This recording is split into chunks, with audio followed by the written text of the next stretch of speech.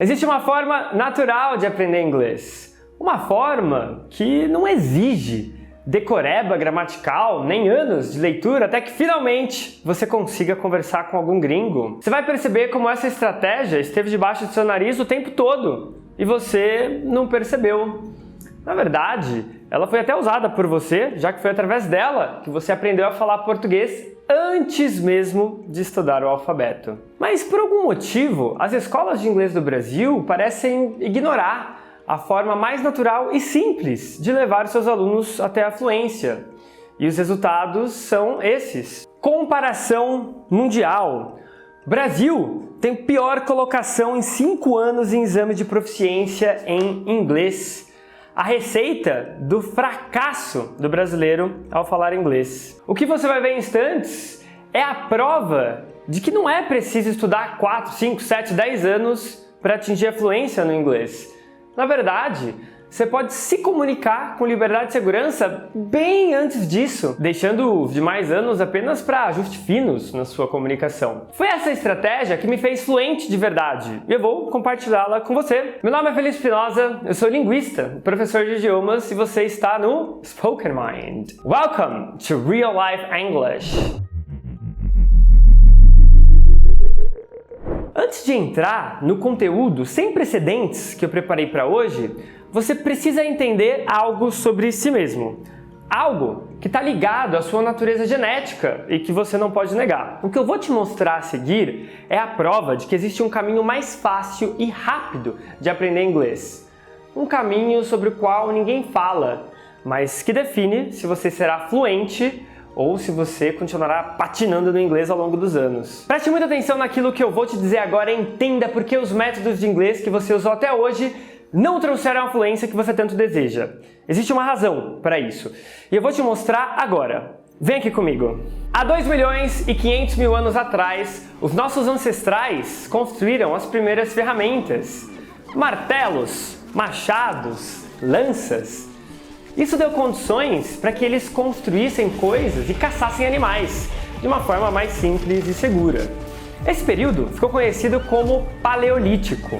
Nessa época, o foco dos nossos antepassados era sobreviver. Nada muito diferente, né, do que qualquer outra espécie do reino animal. Há 300.000 anos atrás, o fogo entrou no dia a dia da raça humana. Dominar o fogo era crucial para aquecer, nutrir e proteger.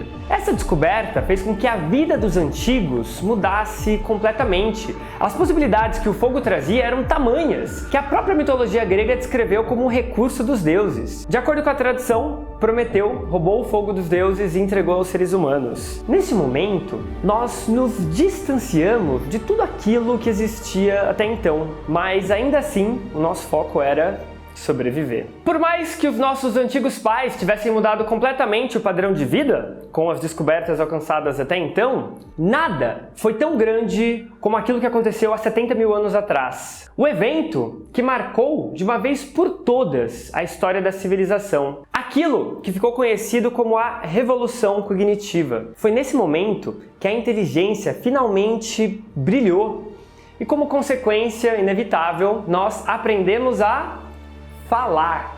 Não foi a tossir, não foi a espirrar, não foi a gritar.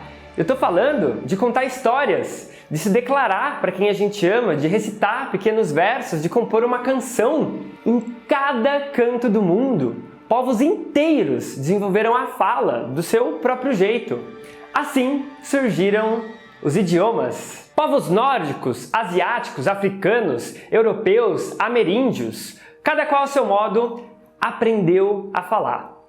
O Yuval Harari, em seu best-seller Sapiens, disse que uma alteração genética acidental foi o gatilho para que pudéssemos nos comunicar. A fala foi o marco da inteligência e, misteriosamente, aconteceu ao mesmo tempo no mundo inteiro.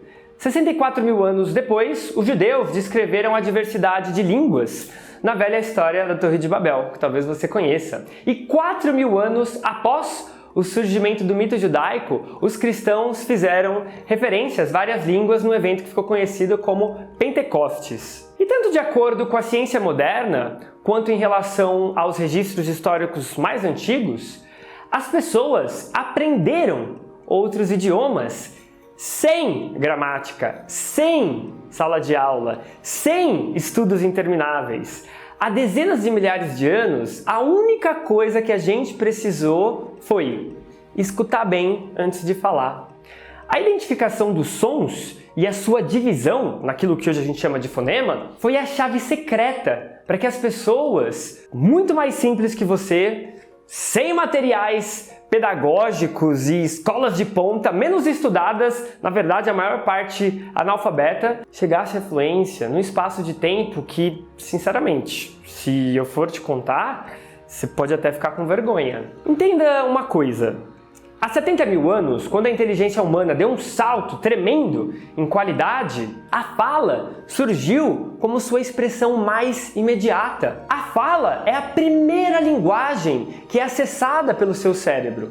Ouvindo, você se torna mais inteligente e, falando, você comunica aquilo que está na sua inteligência. Felipe, mas e a leitura e a escrita? Só para você ter uma ideia, a escrita surgiu há apenas 5 mil anos atrás, frente aos 70 mil da fala. Apesar da leitura e da escrita também trazerem conhecimentos pra gente, elas ainda são mecanismos secundários de comunicação. Em outras palavras, você não precisa delas para se tornar fluente. Basta uma boa audição e uma fala bem desenvolvida. Por isso, eu defendo que aprender o inglês falado é uma estratégia muito mais inteligente do que focar anos e anos no inglês escrito. Entenda uma coisa, eu não estou inventando caraminhola, nem criando um método super ultra inovador, nada disso. Eu estou aqui para mostrar que você não precisa de métodos mirabolantes. A única coisa que você precisa é de uma estratégia que foque no essencial. Falar e entender o inglês falado, ponto. A sua natureza aponta para isso. Essa forma de aprender uma língua está inscrita no seu DNA. Não é à toa que por dezenas de milhares de anos, todas as formas de conhecimento foram transmitidas através da fala. Grandes navegantes, ao longo dos milênios, aprenderam a se comunicar com os povos de todos os cantos da Terra, apenas usando uma única estratégia. Aquela mesma estratégia que seus pais usaram para te ensinar a língua portuguesa. Eu imagino que você nem tenha se dado conta disso e por esse motivo você ainda não se tornou fluente em inglês. Mas isso acaba hoje. Eu tô aqui para te lembrar da forma mais simples e natural de aprender inglês. Os nossos ancestrais mais antigos se tornaram poliglotas sem lerem um único livro, sem estudar uma única regra gramatical. Eu sei que parece simples demais, eu sei, mas talvez, nesse momento, você até esteja se perguntando: não é possível que algo tão óbvio gere tanto resultado? Ao longo dos últimos anos, martelaram na minha cabeça e na sua que falar era a última etapa para quem estuda inglês. E nunca estiveram tão errados. Eu reforço, falar inglês é simples. Você só tem dificuldade de enxergar isso porque te fizeram pensar o contrário. Mas a partir de hoje, você tem a chance de alcançar a fluência que sempre esteve ao seu alcance e você nem percebeu. O Spoken Mind, ele foi criado para rasgar a cortina ao meio e finalmente revelar aquilo que bloqueou você até hoje. Eu demorei muito tempo para descobrir aquilo que eu vou te apresentar agora. Só para você ter uma ideia, eu estudo inglês há 15 anos. Lá no início, não foi fácil aprender inglês. Meu pai era mecânico, minha mãe era auxiliar de creche. Eu não tive condições de estudar em escolas bilíngues, nem de ter acesso a materiais didáticos de última geração. Eu aprendi inglês na garra e na coragem. Eu pegava o busão número 210, que passava lá perto da minha casa, em Franco da Rocha, em São Paulo, e ia mergulhar na gramática. Afinal, era assim que todo mundo aprendia. Depois de muitos e muitos anos, é que eu descobri que todas aquelas vezes que eu ficava até tarde estudando, que eu levava marmita para a escola, que eu pegava a condução, de pouco ou de nada adiantou. Já eu vou te contar o bafão que eu passei lá nos Estados Unidos. Por que você acha que 1% do Brasil inteiro é fluente em inglês? Apenas 1%. Existe algo de errado nos métodos mais utilizados aqui, certo? Existe uma diferença discrepante entre usar um método natural e usar um método artificial de aprendizagem do inglês. Dá só uma olhada nesses números aqui. Esses números representam quantos dos meus alunos estudaram inglês usando os métodos convencionais do Brasil. Olha só, agora olha o tanto de tempo que eles gastaram. Veja o resultado de todo esse tempo investido. A maior parte dos alunos que chega até mim estudou inglês por pelo menos 2 anos e ainda assim permanece completamente travado na hora de falar. Eles gastaram tempo, dinheiro e energia durante anos e não alcançaram aquilo que buscavam. Isso é realmente desanimador. Mas não se engane, como eu mostrei lá no início da aula, essa é a triste realidade da maior parte dos brasileiros lá há décadas. Fluência em inglês ainda é barreira para muitos profissionais brasileiros. Apesar de estar no currículo, apenas 1% dos brasileiros realmente fala inglês fluentemente. Você realmente fala bem inglês ou é só information? Isso acontece porque a maioria das escolas de inglês no Brasil optou por abandonar o método natural. Elas focaram em ensinar através da leitura, da escrita, decorando regras gramaticais e tudo mais. Entenda o seguinte: vai chegar um momento que você vai precisar encarar o inglês da vida real. Você vai ter que ouvir e conversar com alguém em inglês. Quando esse dia chegar, você vai ter que enfrentar o grande fantasma dos estudantes de qualquer idioma: a disfluência. What? Calma, vou explicar o que é isso. Disfluência é algo muito comum em crianças que estão em fase de alfabetização. Elas têm dificuldades para fazer um bom planejamento linguístico, ou seja, elas se sentem inseguras em relação a qual palavra que elas devem ou não usar. Por isso, as crianças precisam de mais tempo para preparar aquilo que elas vão dizer, fazendo com que a conversa fique ali meio truncada e lenta. É mais ou menos como os brasileiros não fluentes fazem, quando eles tentam conversar com o nativo. Eles precisam procurar as palavras na memória, montar as frases na cabeça antes de verbalizar aquilo que eles querem dizer. Eu me lembro quando eu viajei a primeira vez para os Estados Unidos. Foi em 2011. Surgiu uma oportunidade de trabalho na Dakota do Norte, numa época que o petróleo estava em alta naquela região. Eu achei uma super oportunidade de praticar o inglês que eu já estudava há anos. Peguei um voo em Guarulhos com destino a Dallas. Nesse voo só tinha brasileiro, por isso foi super tranquilo, zero dificuldade. Se eu quisesse conversar com alguém, se eu precisasse de alguma informação, super de boa. Agora, quando eu cheguei no aeroporto de Dallas e eu precisei fazer uma escala para Minneapolis, lascou-se. Eu não entendia absolutamente nada que as pessoas estavam dizendo. Nada. Teve um cara no voo que veio conversar comigo e eu só via a boca dele mexendo, sem entender um A do que ele dizia. Parecia até que aquilo nem era inglês. E olha só o detalhe. Eu era professor de inglês em 2 das maiores franquias de inglês do Brasil. Professor. Se eu estava passando esse apuro, você imagina só um aluno que eu tinha naquela época. Eu fiquei literalmente desesperado. Eu decidi trabalhar em outro país sozinho e sem conseguir me comunicar. E pior, o meu problema não estava apenas na escuta. Ele também estava na fala. Além de não entender nada do que ele dizia, eu não conseguia falar, não conseguia externalizar, oralizar. Parece todas as palavras que eu passei anos decorando, aprendendo um detalhe do uso de cada tempo verbal, simplesmente evaporou de uma hora para outra. Eu passei um apuro danado nos Estados Unidos. Eu fiquei inconformado com aquilo. Isso me motivou a descobrir onde é que estava o meu calcanhar de Aquiles. Eu estudei feito um condenado, trabalhei dobrado. Eu investi muito tempo, energia e dinheiro para descobrir o método natural da fluência. Só para você ter uma ideia, eu decidi estudar em algumas das melhores universidades do mundo. Fui parar na Université de Rouen, na França, que inclusive abriu completamente os meus horizontes para a fluência. Mas a virada definitiva de chave aconteceu lá na Faculdade de Letras Clássica de Lisboa, onde eu conheci a professora Angélica Varandas. Essa professora foi um anjo na minha vida. Ela foi a pessoa responsável por me apresentar a fonologia. Eu descobri como identificar o som de cada idioma de maneira padronizada, através da identificação dos fonemas. Mas, Felipe, o que são os fonemas? Sendo bem direto e reto, são os sons produzidos pelos falantes. Quando você estuda pelos sons, ou seja, pela fonologia, fica muito mais simples de entender o que um americano, o que um inglês está falando. Olha só como é diferente aprender pelos sons. Já de cara, eu vou te mostrar 2 características que mudam completamente a forma como você aprende idiomas. Primeira característica, olha só essa palavra da escrita.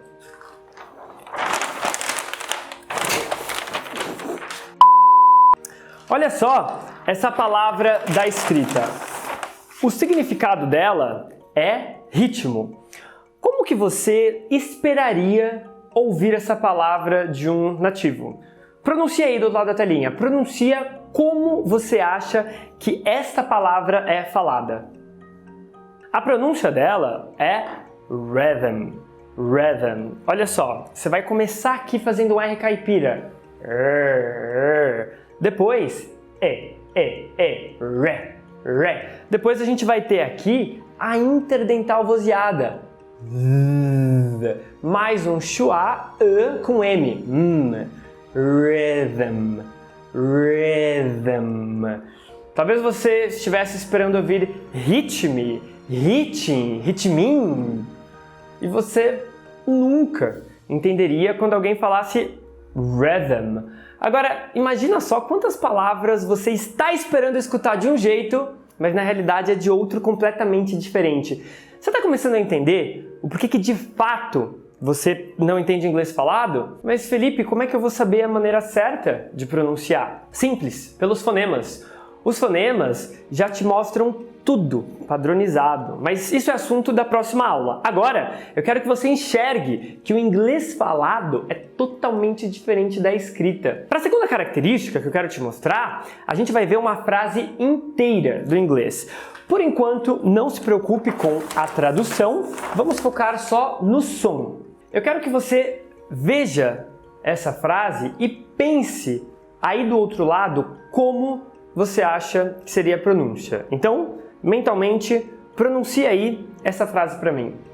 Falou? Bom, do jeito que você falou, é o jeito que o seu cérebro espera ouvir quando um falante do inglês fala. Então, agora vamos ver como é que essa frase é falada num outro trecho de filme. Olha aí. E aí, você conseguiu entender o que o personagem falou? O personagem disse exatamente a mesma frase que eu pedi para você dizer. Ele disse isso. Agora, se o gênio do Aladdin tivesse dito isso como se estivesse lendo um texto, ele falaria assim, olha só. I could have just stayed in the lamp. E de verdade, essa é a forma com que a maioria das escolas e dos métodos ensinam. Mas, se você for estudar pelo inglês falado, pela forma com que os nativos falam, você estaria estudando algo bem diferente, que é a segunda característica que eu quero te mostrar agora. Para você ter um gostinho de como isso seria. Vamos lá. Aqui nessa palavra, a gente vai ter um apagamento do have, nos sobrando apenas algo como of, que é uma possível pronúncia aqui do have. Logo, aqui a gente vai juntar o com esse D. Só que esse D, ele não é pronunciado d na língua falada. É muito comum na língua falada o D, ele se tornar o nosso R, parecido com o nosso R, iraré, iroru, urubu, arara. Então, aqui é como se você tivesse I could have. É muito comum o T ser apagado quando ele está entre duas consoantes. Aliás, não é muito comum, é padrão da fonologia dos fenômenos fonológicos do inglês falado. Se você tiver um T no meio de duas consoantes, pode ter certeza que ele vai ser apagado. Então, você não vai pronunciar just stayed. Nananina não. Aqui a gente vai falar just stayed, juntando esses dois S's como se fossem um. Na ortografia, a gente vê esse E, mas você sabia que o passado em inglês com ED nunca tem a pronúncia do E? Nunca. Então a pronúncia não é stayed ou stayed, não, é stayed. Vem direto do I, aqui do Y, pro D, stayed. Mas essa palavra ela vai ter uma ligação e ela vai ser falada como se fosse uma coisa só. Então, se você quiser pronunciar stayed in, provavelmente você não vai entender quando os nativos falarem stayed in, fazendo uma ligação. Ou seja, quando um nativo fala essa frase, o som dela se modifica muito de como seria se estivéssemos lendo um texto. Essa é a segunda característica. Então, fica assim: I could have just stayed in. I could have just stayed in the land. I could have just stayed in the land. I could have just stayed in the land. I could have just stayed in the land. E a que conclusão chegamos novamente? Que se estivéssemos esperando escutar o que está escrito, não entenderíamos nada, porque na fala tudo se modifica. Mas calma, que para tudo isso existe um padrão e é bem mais simples do que você pensa. E isso não é exclusividade só do inglês não, viu? Todos os idiomas são assim. Olha só o português. Se um gringo fosse aprender essa frase aqui, o que você está fazendo, você acha que ele entenderia a gente falando essa frase no nosso dia a dia? Duvido. Simplesmente porque a gente não fala o que você está fazendo, e sim o que você está fazendo. Com a estratégia natural, é muito mais simples entender um filme, uma série, o gringo, o que falam para você dentro de um avião, por exemplo. É dessa forma que a gente começa a estudar inglês. Definitivamente não é decorando o verbo to be, é identificando os fonemas e aprendendo já nos primeiros dias o que as pessoas estão dizendo. Na vida real, você vai precisar desse inglês. Primeiro, você escuta, depois você fala.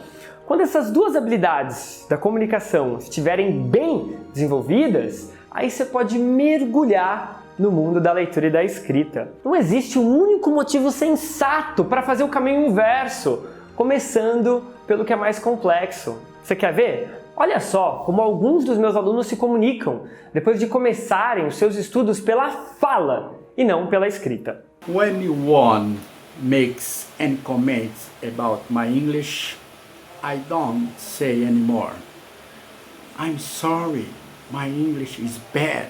Nowadays, I think and I say, my English is a work in progress. Where I'm at now, I'm able to watch videos on YouTube and understand everything without subtitles.